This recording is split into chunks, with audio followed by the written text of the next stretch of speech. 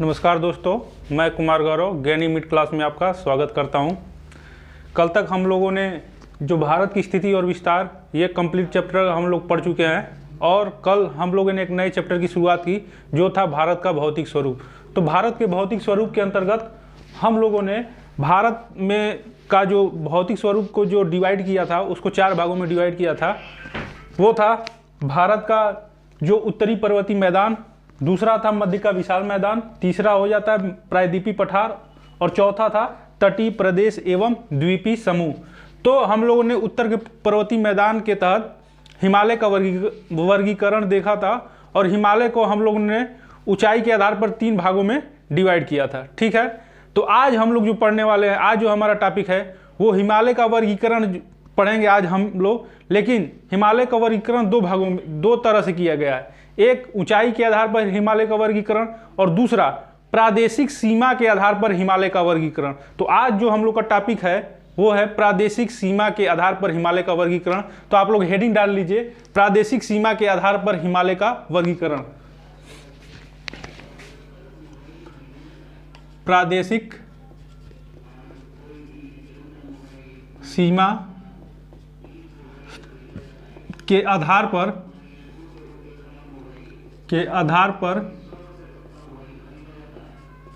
हिमालय का वर्गीकरण, हिमालय का वर्गीकरण।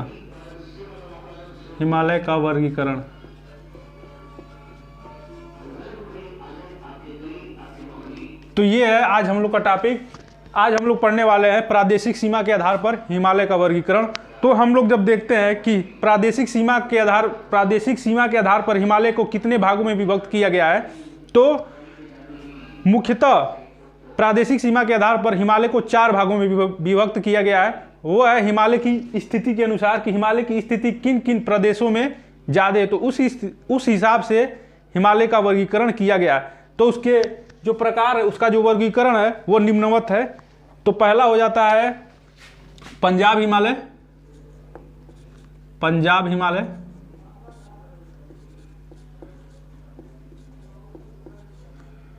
दूसरा हो जाता है कुमायूं हिमालय, और जो तीसरा वर्गीकरण है हिमालय का प्रादेशिक सीमा के आधार पर वो है नेपाल हिमालय, और जो चौथा जो वर्गीकरण है प्रादेशिक सीमा के आधार पर हिमालय का वो हो जाता है असम हिमालय। तो चलिए आइए इसको हम लोग मैप पे देख लेते हैं ताकि मैप से हम लोग को क्लियर हो जाए।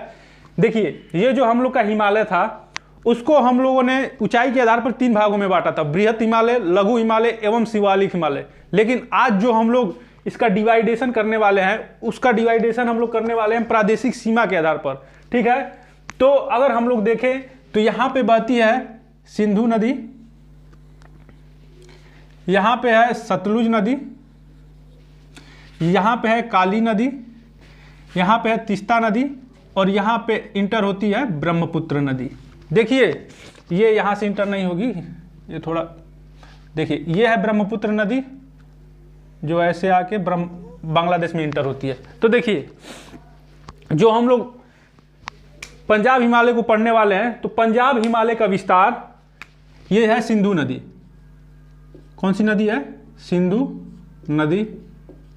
तो पंजाब हिमालय का विस्तार सिंधु नदी से लेकर यह है सतलुज नदी। तो पंजाब हिमालय का विस्तार सिंधु नदी से लगाकर सतलुज नदी तक है। ठीक है, और इसका आप लोग नाम लिख लीजिए यहाँ पे पंजाब हिमालय।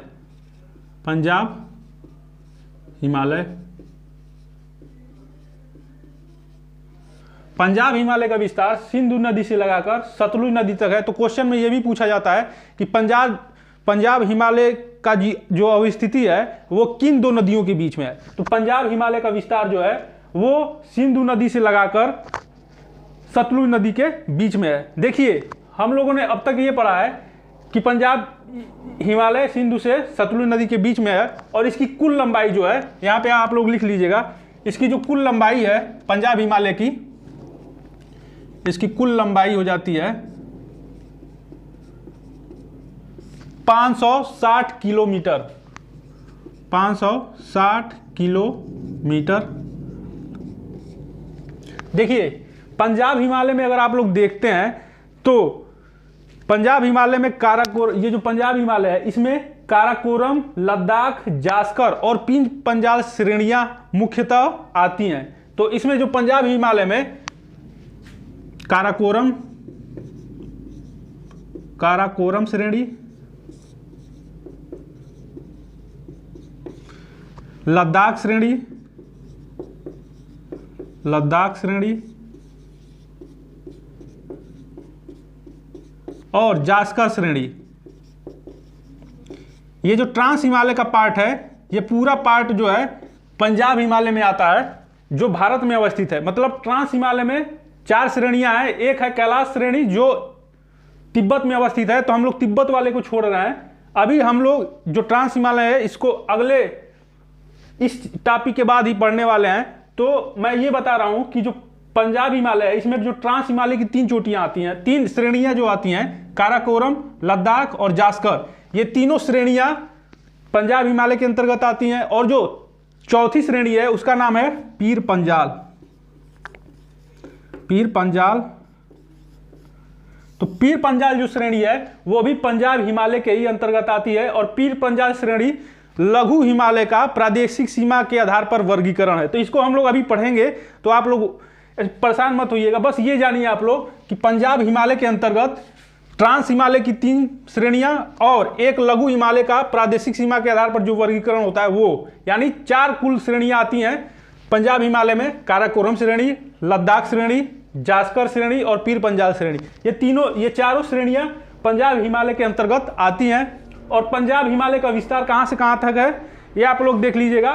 तो पंजाब हिमालय का विस्तार सिंधु नदी से लगाकर सतलुज नदी के बीच में है। और इसकी जो सबसे ऊंची चोटी है उसको कहते हैं हम लोग K2। क्यों K2 है, यह भी तो आप लोग को दिमाग में आना चाहिए कि K2 ही क्यों। देखिए हम लोग ये जानते हैं कि पंजाब हिमालय के अंतर्गत काराकोरम श्रेणी आती है, और काराकोरम श्रेणी का सबसे ऊंचा जो पर्वत शिखर है उसको क्या कहते हैं, K2 कहते हैं। तो इसीलिए पंजाब हिमालय की जो सबसे ऊंची चोटी है, मैं यहाँ पे शो कर दे रहा हूँ, वैसे ये यहाँ पे होगी लेकिन मैं यहाँ पे शो कर रहा हूँ, ये जो चोटी है इसको कहते हैं K2।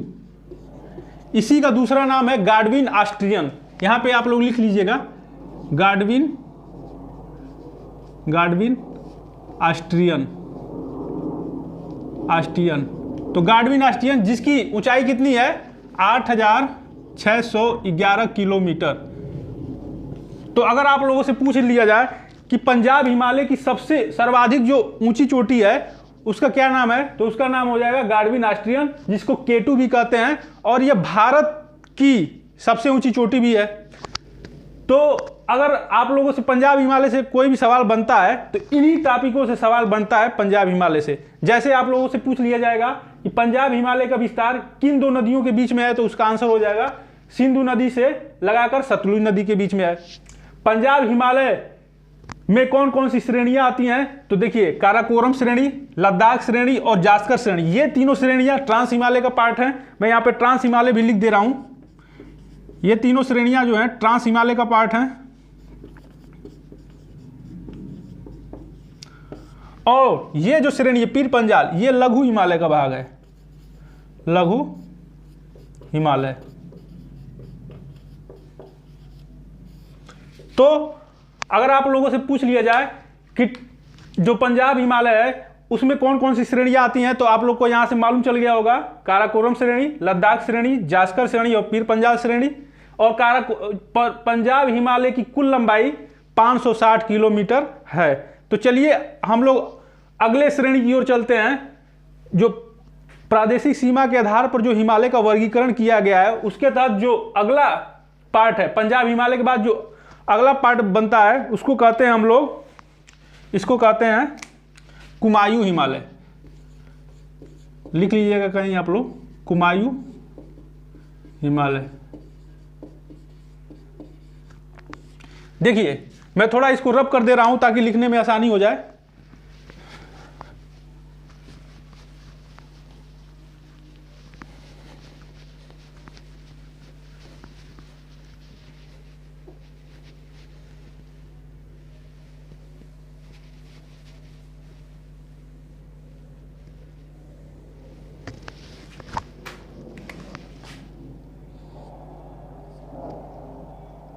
ठीक है, तो चलिए ये जो दूसरा जो वर्गीकरण किया गया है प्रादेशिक सीमा के आधार पर, उसको कहते हैं हम लोग कुमायूं हिमालय। तो कुमायूं हिमालय के बारे में सर्वप्रथम हम लोग को ये जानना पड़ेगा कि कुमायूं हिमालय का विस्तार किन दो नदियों के बीच में है।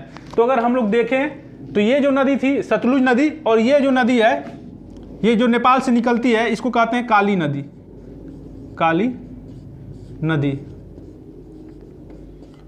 तो कुमायूं हिमालय का विस्तार सतलुज नदी से लगाकर काली नदी के बीच में है। ये जो नदियां दो देख रहे हैं आप लोग, एक है सतलुज नदी, दूसरी है काली नदी। तो सतलुज नदी से लगाकर काली नदी के बीच में कुमायूं हिमालय का विस्तार है, और यह प्रादेशिक सीमा के आधार पर सबसे छोटा, इसकी लंबाई सबसे छोटी होती है, और इसकी कुल लंबाई जो है कुमायूं हिमालय की जो कुल लंबाई है वो 320 किलोमीटर है। तो यहां पे लिख लीजिए इसकी जो कुल लंबाई है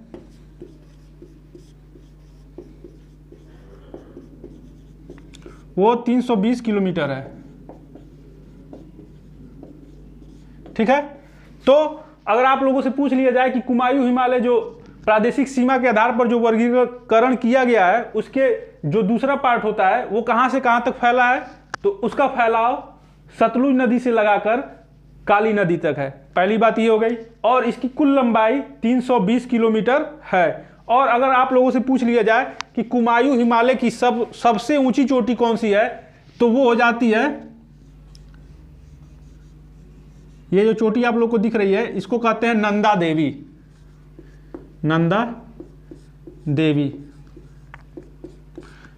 ठीक है, तो सतलुज नदी से लगाकर काली नदी के बीच में कुमायूं हिमालय की अवस्थिति है, और कुमायूं हिमालय की कुल लंबाई 320 किलोमीटर है, जो कि प्रादेशिक सीमा के आधार पर जो हिमालय का वर्गीकरण किया गया है उसके हिसाब से सबसे छोटा पार्ट है ये। मतलब इन चारों वर्गीकरण जो किया गया है, ये जो वर्गीकरण किया गया है पंजाब हिमालय, कुमायूं हिमालय, नेपाल हिमालय, असम हिमालय, इन चारों में सबसे छोटी लंबाई कुमायूं हिमालय की है। तो ये आंसर हो सकता है आप लोगों का। और एक क्वेश्चन और पूछा जाता है कि कुमायूं हिमालय की सर्वोत्तम सबसे ऊंची चोटी कौन सी है, तो वो हो जाती नंदा देवी, जो कि भारत की दूसरी सबसे बड़ी चोटी है जो भारत में अवस्थित है। यह भी क्वेश्चन आप लोगों से पूछा जाता है। और नंदा देवी किस राज्य में अवस्थित है, वो है उत्तराखंड। ठीक है गाइस, तो हम लोग अब अगले हिमालय की ओर चलते हैं। जो प्रादेशिक सीमा के आधार पर जो अगला डिवीजन किया गया है वो हो जाता है अपना, थोड़ा रब में कर देता हूं,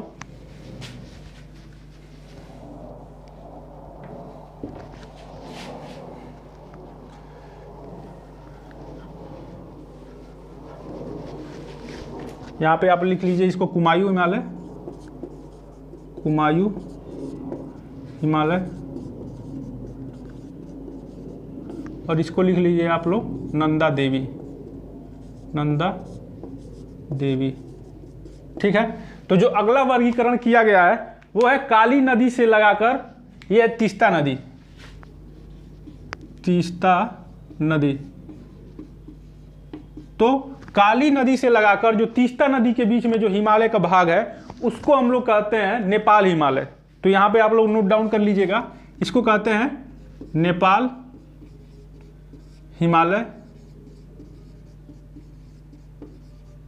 और लंबाई की दृष्टिकोण से अगर देखा जाए तो यह प्रादेशिक सीमा के आधार पर सबसे बड़ा भाग बनता है। मतलब नेपाल हिमालय इन चार हिमालयों में, जैसे पंजाब हिमालय, कुमायूं हिमालय और नेपाल हिमालय और असम हिमालय में सबसे बड़ा भाग जो है, मतलब सबसे बड़ा पार्ट यही बनता है नेपाल हिमालय। तो इसकी कुल लंबाई कितनी है ये हम लोग देख लेते हैं कि नेपाल हिमालय की कुल लंबाई जो हो जाती है,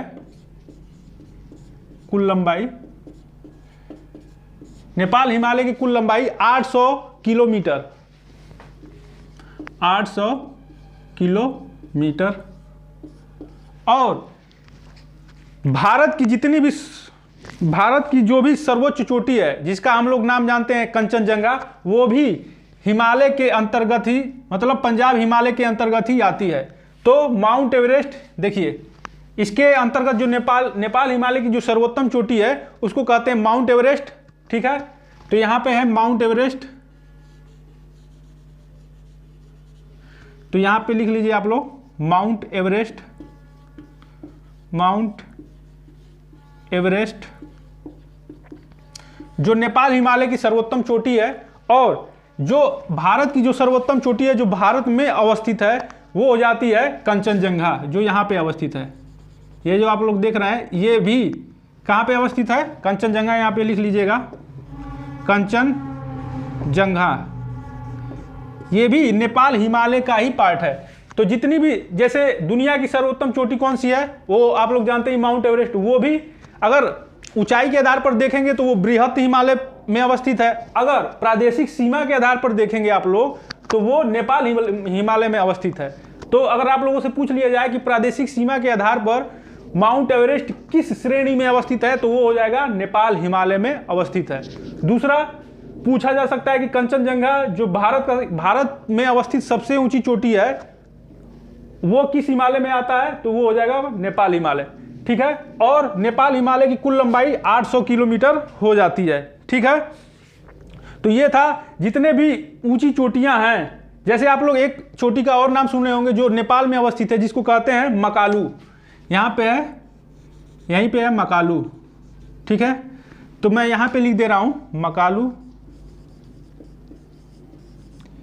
ये चोटी भी नेपाल हिमालय के अंतर्गत ही आती है। ठीक है, तो नेपाल हिमालय से जो क्वेश्चन बनते हैं मैं उसका आप लोगों को सविस्तार वर्णन कर देता हूं। देखिए, अगर आप लोगों से पूछ लिया जाए कि नेपाल हिमालय का विस्तार किन दो नदियों के बीच में है तो देखिए, काली नदी से लगाकर तीस्ता नदी के बीच में नेपाल हिमालय का विस्तार है। ठीक है, और लंबाई की दृष्टिकोण से देखा जाए तो यह सबसे बड़ी श्रेणी है प्रादेशिक सीमा के आधार पर। ठीक है, तो नेपाल हिमालय सबसे बड़ा हो जाता है जिसकी कुल लंबाई 800 किलोमीटर है। ठीक है, और भारत की जो सर्वोत्तम चोटी, जो सबसे ऊंची चोटी है जिसको कहते हैं कंचनजंगा, वो भी नेपाल हिमालय के अंतर्गत ही आती है। और जो विश्व की सबसे ऊंची चोटी है जो कि बृहत हिमालय के अंतर्गत आती है, अगर आप लोग ऊंचाई के आधार पर देखें हिमालय का वर्गीकरण, लेकिन अगर आप प्रादेशिक सीमा के आधार पर हिमालय का वर्गीकरण देखते हैं तो आप लोग ये पाएंगे कि जो कंचनजंगा है और जो माउंट एवरेस्ट है या यहाँ तक कि मकालू भी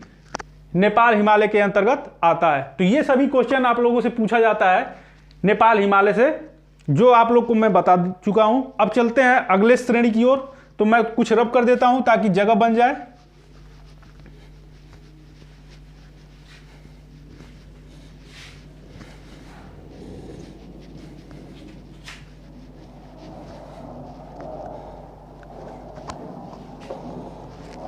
देखिए, ये सतलुज नदी थी, ये थी काली नदी।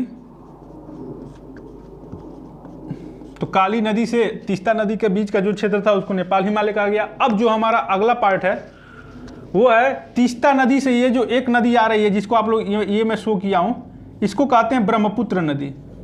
कौन सी नदी? ब्रह्मपुत्रा नदी। तो तीस्ता नदी से लगाकर ब्रह्मपुत्रा नदी तक का ये जो हिमालय का वर्गीकरण किया गया है इसको कहते हैं हम लोग असम हिमालय। और इसकी कुल लंबाई यहाँ पे लिख लीजिए, नोट डाउन कर लीजिए आप लोग। जो असम हिमालय है इसकी कुल लंबाई 720 किलोमीटर है, 720 किलोमीटर है। ठीक है, तो असम हिमालय से बस दो ही क्वेश्चन बनते हैं कि असम हिमालय की अवस्थिति किन दो नदियों के बीच में है, तो उसका आंसर हो जाएगा तीस्ता नदी से लगाकर ये है ब्रह्मपुत्रा नदी, ये ब्रह्मपुत्रा नदी, और इसकी कुल लंबाई कितनी है? 720 किलोमीटर। ठीक है, तो अब मैं इन सब जितने भी वर्गीकरण किया गया है प्रादेशिक सीमा के आधार पर, मैं इन सभी का लंबाई के आधार पर इनको यहां पे दर्शा देता हूं कि बढ़ते मतलब आरोही क्रम में, मतलब छोटे से बड़े के क्रम में मैं यहां पे लिख दे रहा हूं। देखिए, सबसे जो छोटा हिमालय है वो है कुमायूं हिमालय, कुमायूं हिमालय। और कुमायूं हिमालय से बड़ा जो हिमालय है वो हो जाता है पंजाब हिमालय, पंजाब हिमालय। पंजाब हिमालय के बाद जो सबसे बड़ी श्रेणी है वो हो जाती है असम हिमालय, असम हिमालय। और असम हिमालय के बाद जो सबसे बड़ी श्रेणी है उसको कहते हैं नेपाल हिमालय, नेपाल हिमालय। ठीक है, तो अगर मैं यहाँ पे लंबाई भी लिखना चाहूंगा, नेपाल हिमालय की लंबाई कुल 800 किलोमीटर है। असम हिमालय की अगर लंबाई देखी जाए तो 720 किलोमीटर है। अगर पंजाब हिमालय की लंबाई हम लोग देखते हैं तो वो है 560 किलोमीटर। और कुमायूं हिमालय जो कि प्रादेशिक सीमा के आधार पर सबसे छोटा वर्गीकरण है, सबसे इसकी कम लंबाई है, उसकी लंबाई हो जाती है कुल 320 किलोमीटर। ठीक है, तो अगर हम लोग यहाँ पे मार्किंग कर लें तो कुछ इस तरह का हम लोग को दिखेगा कि नेपाल हिमालय प्रादेशिक सीमा के आधार पर जो वर्गीकरण किया गया उनमें सबसे लंबा पार्ट है, सबसे लंबी श्रेणी है, और उसके बाद असम हिमालय, उसके बाद पंजाब हिमालय, और सबसे छोटी जो श्रेणी मिलती है हम लोग को प्रादेशिक सीमा के आधार पर वो होती है कुमायूं हिमालय। ठीक है, तो ये था प्रादेशिक सीमा के आधार पर हिमालय का वर्गीकरण। अब हम लोग पढ़ते हैं जो कि हमारा कल का टॉपिक छूट चुका था, वो था ट्रांस हिमालय। तो ट्रांस हिमालय हम लोग हेडिंग डालते हैं और मैं थोड़ा रब कर देता हूं।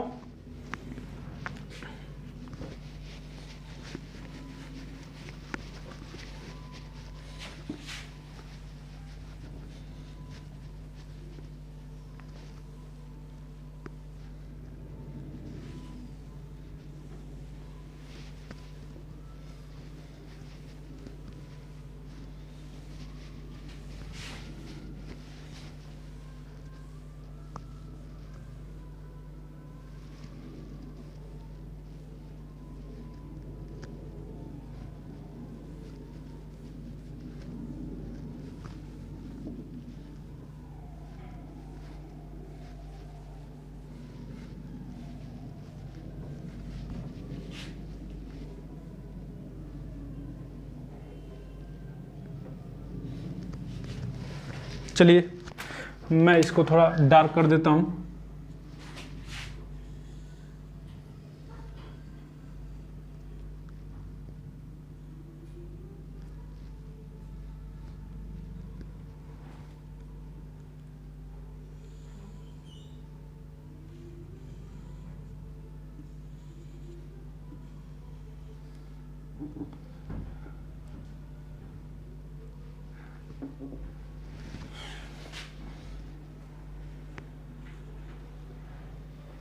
चलिए, तो ये है हमारा भारत का मैप, और अब इसके तहत हम लोग का जो नेक्स्ट टॉपिक बचता है वो हो जाता है ट्रांस हिमालय। तो मैं यहां पे रब कर देता हूं ट्रांस हिमालय। नेक्स्ट टॉपिक हो जाता है हम लोग का ट्रांस हिमालय। ट्रांस हिमालय, तो ट्रांस हिमालय की जो स्थिति है, जैसे कल हम लोगों ने महान हिमालय जो पढ़ा था, देखिए कल हम लोगों ने जो महान हिमालय पढ़ा था, यह महान हिमालय के उत्तर में जो श्रेणी अवस्थित है उसको कहते हैं ट्रांस हिमालय। और ट्रांस हिमालय के अंतर्गत प्रमुख श्रेणियां आती हैं। ट्रांस हिमालय के अंतर्गत प्रमुख 3 श्रेणियां आती हैं, जिनका नाम कुछ इस प्रकार से है: काराकोरम, लद्दाख और जास्कर। इसको कहते हैं काराकोरम श्रेणी, काराकोरम।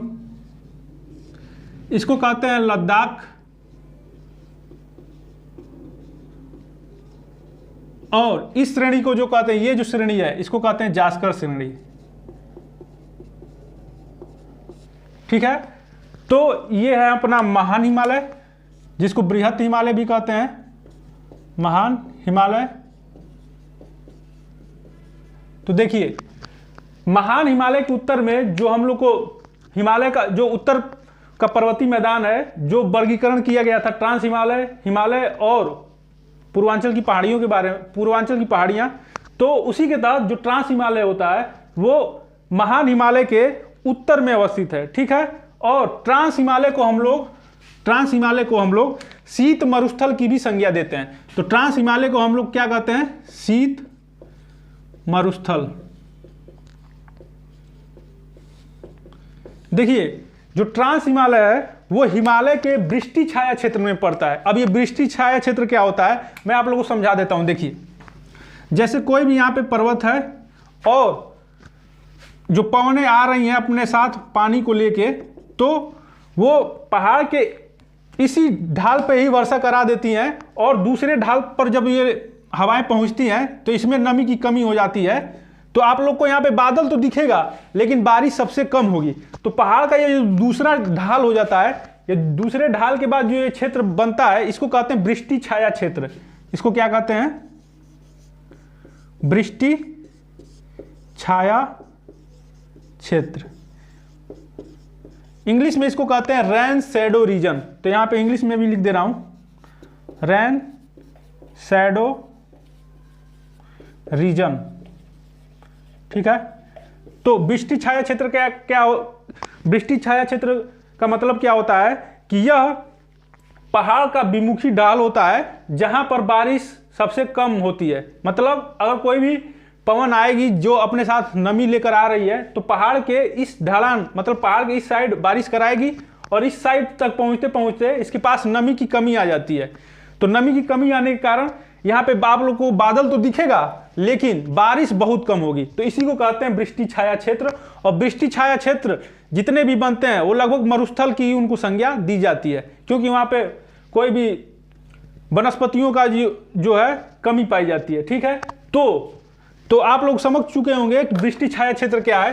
तो मैं अब यहाँ चलता हूँ, जो ट्रांस हिमालय है उसको शीत मरुस्थल क्यों कहा गया है आप लोग को मैं समझाता हूँ क्यों कहा गया है ट्रांस हिमालय को शीत मरुस्थल। देखिए, ये जो दक्षिणी पश्चिमी मानसून है जो अरब सागर से निकलती है, तो ये जब यहाँ पे पहुँचती है हिमालय की ओर, तो हिमालय से टकराकर हिमालय के दक्षिणी ढलान पर बारिश करा देती है। और इस साइड मतलब हिमालय के उत्तरी ढलान तक जाते जाते इसके पास नमी की कमी हो जाती है, जिसके कारण यहाँ पे बारिश बहुत कम होती है। हालांकि यहाँ पर बादल छाए रहते हैं लेकिन बारिश बहुत कम होती है, इसीलिए इसको मरुस्थल की संज्ञा दी गई। और दूसरा शीत क्यों कहा गया, क्योंकि ये जो काराकोरम, लद्दाख और जास्कर श्रेणियां हैं ये वर्ष भर हमेशा बर्फ से ढकी रहती हैं, इसलिए इसको शीत मरुस्थल की संज्ञा दी गई।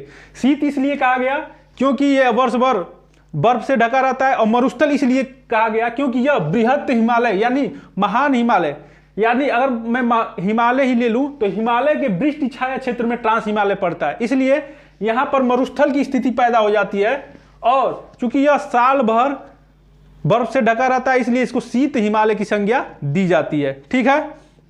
तो देखिए, अगर मैं इसकी बात करूं कि ट्रांस हिमालय की सबसे ऊंची चोटी, तो देखिए आप लोग जानते हैं कि ट्रांस हिमालय में काराकोरम श्रेणी आती है, और काराकोरम श्रेणी में ही आप लोग क्या जानते हैं, K2 आता है। K2 इसको कहते हैं K2, और K2 की लंबाई ऊंचाई कितनी है, 8611 किलोमीटर। तो K2 की कुल ऊंचाई कितनी है, 8611 किलोमीटर। तो अगर हम लोग ऊंचाई की दृष्टिकोण से बात करें तो ट्रांस हिमालय की सबसे ऊंची चोटी कौन सी हो जाएगी, K2, जिसको गार्डविन ऑस्ट्रियन भी कहते हैं, और इसकी कुल ऊंचाई 8611 किलोमीटर होती है। तो ये क्वेश्चन बनते हैं ट्रांस हिमालय से। अब हम लोग का जो एक पार्ट छूट चुका था वो था पूर्वांचल की पहाड़ियां, ठीक है। तो ये हम लोग पढ़ते हैं पूर्वांचल की पहाड़ियां, हेडिंग डालते हैं हम लोग पूर्वांचल की पहाड़ियां।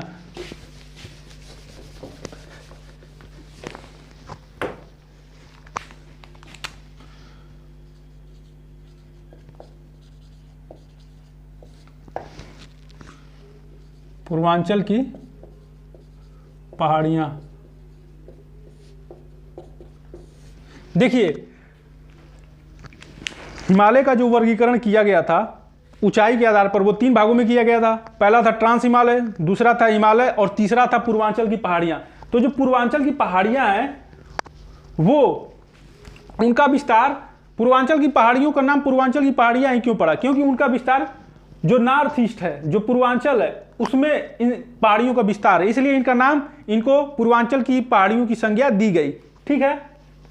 तो अगर हम लोग देखें तो जो पूर्वांचल की पहाड़ियां हैं इसको भिन्न भिन्न प्रदेशों में भिन्न भिन्न इनका नाम दिया गया है। जैसे अगर आप लोग देखें कि पूर्वांचल की जो पहाड़ियां हैं उसके अंतर्गत अरुणाचल प्रदेश में 3 चोटियां प्रमुख है, ठीक है। जैसे कि ये है पूर्वांचल की पहाड़ियां, ठीक है।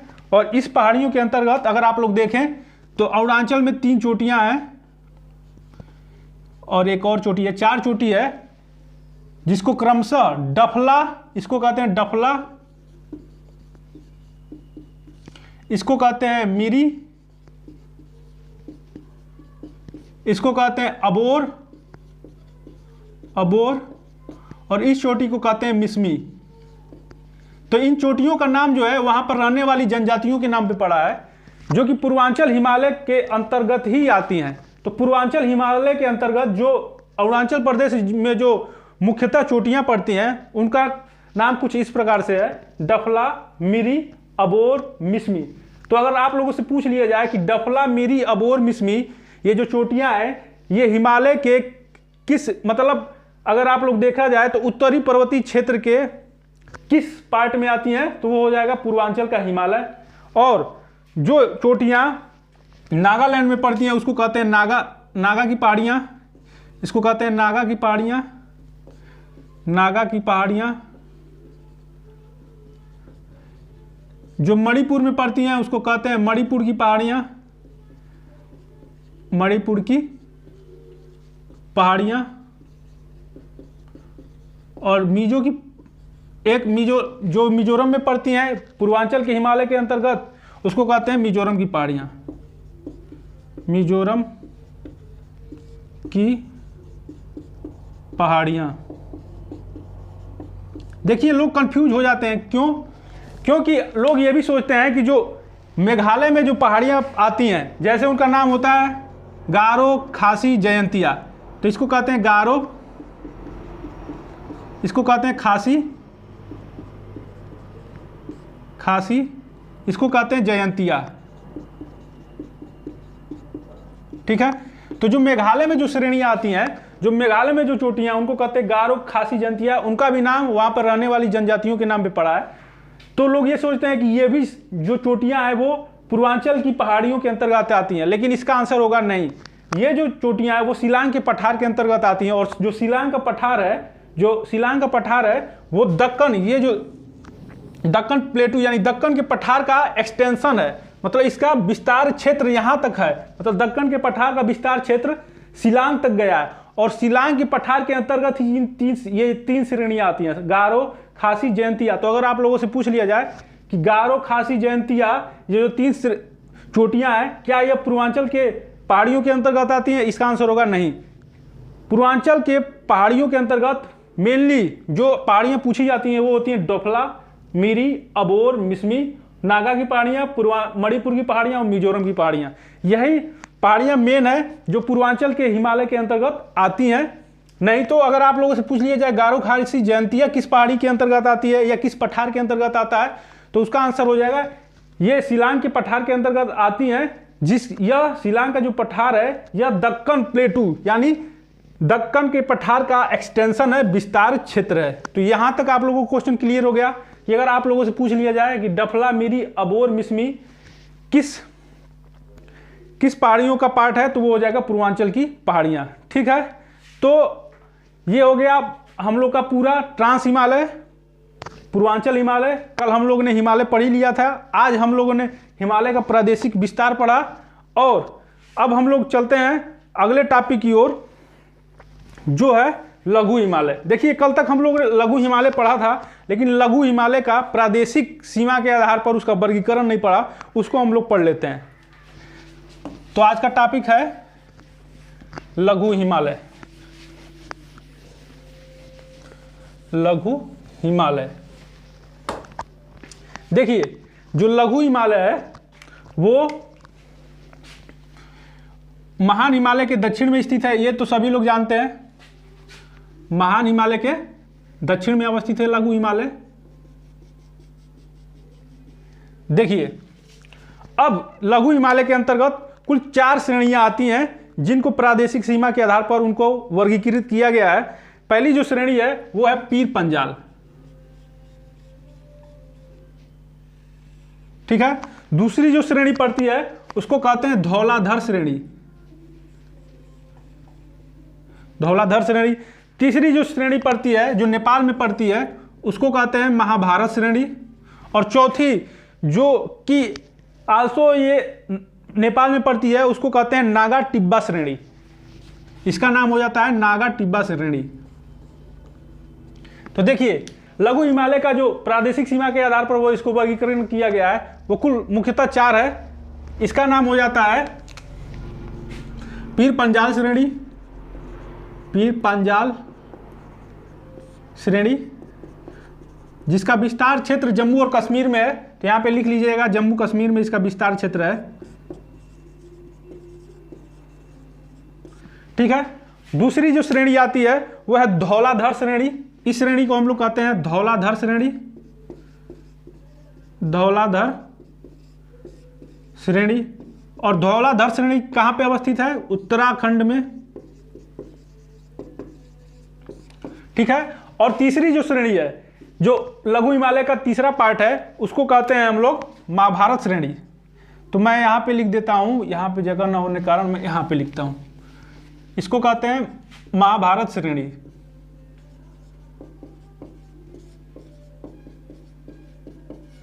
और जो चौथी श्रेणी है लघु हिमालय का जो चौथा पार्ट है उसको हम लोग कहते हैं नागा टिब्बा श्रेणी। तो यहां पे मैं लिख देता हूं नागा टिब्बा श्रेणी। और जो नागा टिब्बा श्रेणी है यह भी नेपाल में ही पड़ती है। तो अगर आप लोगों से पूछ लिया जाए कि प्रादेशिक सीमा के आधार पर जो लघु हिमालय का वर्गीकरण किया गया उसको कितने भागों में डिवाइड किया गया, तो उसका आंसर हो जाएगा, पहला हो जाएगा पीर पंजाल श्रेणी जो कि जिसका विस्तार जम्मू कश्मीर में है, दूसरा हो जाएगा धौलाधर श्रेणी जिसका विस्तार उत्तराखंड में है, और तीसरा हो जाएगा महाभारत श्रेणी जिसका विस्तार नेपाल में है, और चौथी जो श्रेणी है उसको कहते हैं नागा टिब्बा श्रेणी, उसका भी विस्तार नेपाल में ही है। तो देखिए, और बाह्य हिमालय जो इसके दक्षिण में पड़ता है उसको कहते हैं बाह्य हिमालय, जो शिवालिक श्रेणी का ही भाग माना जाता है। ठीक है। तो अब तक हम लोगों ने हिमालय को कंप्लीट कर लिया है। अब इसके बाद हम लोग का जो मेन टॉपिक है वो है भारत के प्रमुख दर्रे। तो चलिए नेक्स्ट टॉपिक डालते हैं, भारत के प्रमुख दर्रे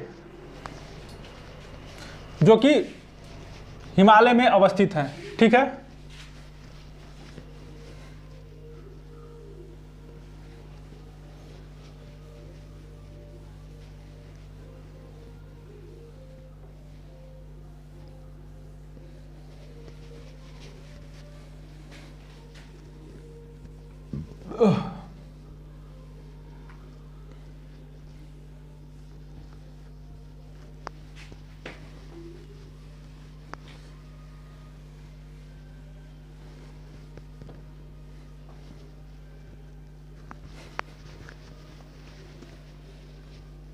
ठीक है।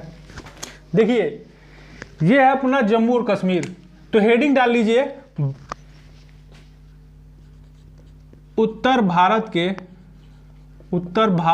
के प्रमुख दर्रे।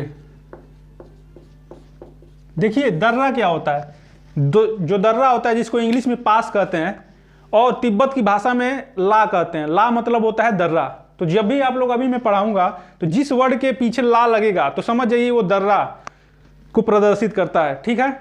तो जो दर्रे होते हैं वो पहाड़ों के बीच में, जैसे ये पहाड़ है तो पहाड़ों के बीच में जो संकीर्ण मार्ग है इसी को कहते हैं दर्रा। तो पहाड़ों के बीच में जो संकीर्ण मार्ग होता है उसको इंग्लिश में पास और हिंदी में दर्रा कहते हैं। ठीक है। चलिए अब जो हम लोग को पढ़ना है, देखिए दर्रे से दो तरह के क्वेश्चन पूछे जाते हैं। एक क्वेश्चन आप लोग को दे दिया जाएगा, जैसे मान लीजिए जोजिला पास। तो कुछ दर्रे ऐसे होते हैं जिसके द्वारा जो दर्रे आप लोगों के पेपर में आएंगे तो उसमें ये पूछा जाता है कि ये दर्रे, जो ये दर्रा है ये किन दो जगहों को जोड़ता है। ठीक है। और कुछ क्वेश्चन ऐसे आते हैं कि ये जो दर्रा है किस प्रदेश में स्थित है। तो दो तरह के क्वेश्चन दर्रों से बनते हैं, एक कि यह किन दो जगहों को जोड़ता है और दूसरा कि यह दर्रा जो है किस प्रदेश में स्थित है। तो देखिए अब हम सबसे पहले हम लोग जम्मू कश्मीर में जो दर्रे अवस्थित हैं उनको पढ़ने जा रहे हैं। ठीक है। तो देखिए मैं एक आप लोग को आसान सा ट्रिक बताता हूं जिसके तहत आप लोग आसानी से याद कर सकते हैं। देखिए मैं यहां पे शो करूंगा इसको अभी, लेकिन याद करने के दृष्टिकोण से मैं यहां शो कर रहा हूं। देखिए यहां पे है श्रीनगर, और श्रीनगर के पूरब में इस साइड है लेह और इधर है जो इधर श्रेणी जो पड़ती है श्रीनगर के इस साइड, इसको कहते हैं, जो श्रीनगर के इस साइड पड़ती है श्रेणी, उसका नाम हो जाता है, देखिए दिमाग से स्किप हो रहा है इसका नाम, चलिए मैं अभी बताता हूँ आप लोगों को कि इसको क्या कहते हैं, किसकी संज्ञा दी जाती है। देखिए, और जो श्रीनगर के जो दक्षिण में वो है जम्मू, उसको क्या कहते हैं, जम्मू। और ये जो श्रेणी है मैं आपको बता देता हूँ, गिलगित, इसको कहते हैं गिलगित।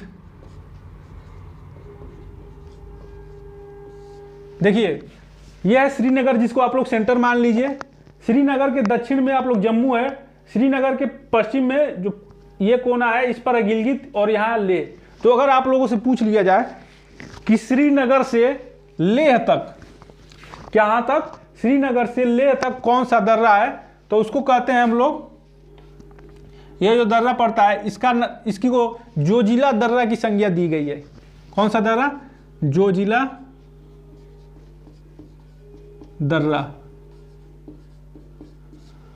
अगर आप लोगों से पूछ लिया जाए कि श्रीनगर से गिलगित के बीच में कौन सा दर्रा पड़ता है, तो उसको कहते हैं, ये जो दर्रा है इसको कहते हैं बुर्जिल दर्रा, बुर्जिल दर्रा। और श्रीनगर से जम्मू के बीच में जो दर्रा पड़ता है जिसको कहते हैं बनिहाल दर्रा। कौन सा दर्रा है, इसको कौन सा दर्रा कहेंगे, बनिहाल दर्रा।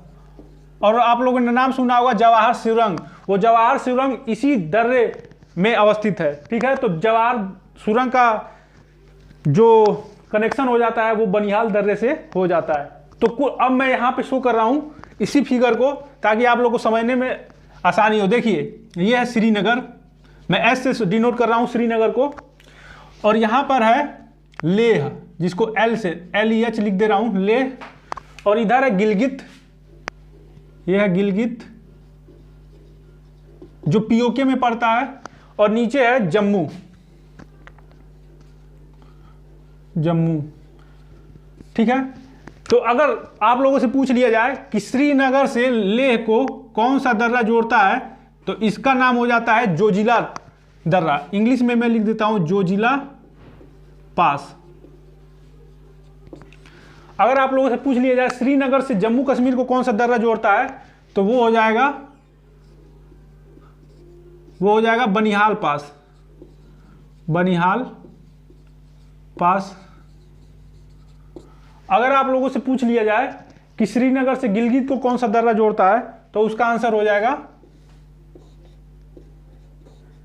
इसको क्या कहते हैं, बुर्जिल पास। यहां पे लिख लीजिए बुर्जिल पास। तो जो जम्मू कश्मीर से जो 3 दर्रे फेमस हैं जो पूछे जाते हैं, उनका क्रमशः इस प्रकार नाम है, जोजिला पास जो कि श्रीनगर को लेह से जोड़ता है, बनिहाल पास जो कि श्रीनगर को जम्मू कश्मीर से जोड़ता है, और बुर्जिल पास जो कि श्रीनगर को गिलगित से जोड़ता है, ठीक है। तो ये 3 प्रमुख दर्रे हैं जो कि जम्मू कश्मीर से पूछे जाते हैं, ठीक है। तो आज का लेक्चर हम लोग यहीं तक रहने देते हैं। कल हम लोग बात करेंगे जो हिमाचल प्रदेश में दर्रे हैं, और जो सिक्किम और अरुणाचल प्रदेश में जो दर्रे हैं उनके विषय में हम लोग बातें करेंगे। तो अगर हम लोग का प्रयास आप लोग को अच्छा लग रहा हो और पढ़ाने का तरीका आप लोग को अच्छा लग रहा हो, तो हमारे चैनल को शेयर, सब्सक्राइब और लाइक करना बिल्कुल ना भूलें। और जो भी त्रुटियां हमारे पढ़ाने में आ रही हैं उसको कमेंट करके जरूर पिन करिए, ताकि मैं उसको सुधार सकूं, ठीक है गाइस। तो जय हिंद, जय भारत।